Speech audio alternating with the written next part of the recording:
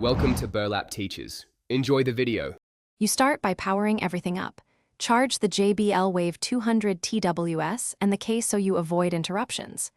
Once done, enable Bluetooth on your iPhone and keep it unlocked. This speeds discovery. Open the JBL Headphones app.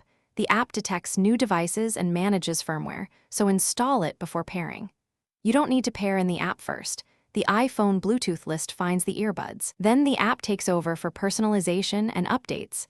This two-step flow prevents missed firmware prompts. With the case open and earbuds blinking, tap the JBL Wave 200 TWS name in your iPhone Bluetooth list to connect. You should hear a voice prompt or see a connected status. Next, switch to the JBL Headphones app. Grant location and notification permissions when asked, because the app uses them for device discovery and updates. Follow the step-by-step prompts to register the earbuds and install any firmware. Updating fixes audio bugs and adds features. Once the app shows your device, customize EQ, finish by testing playback and calls to confirm mic and stereo balance. Adjust the app EQ or preset to improve clarity. Make sure firmware auto updates are enabled so you get fixes automatically, and opt in to voice prompts if you want status cues.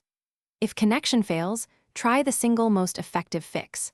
Reset the earbuds, hold the pairing button or touch sensors as instructed until LEDs flash.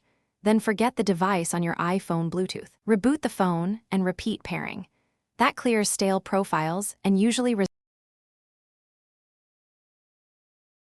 Thanks for watching. Consider subscribing if this video helped you.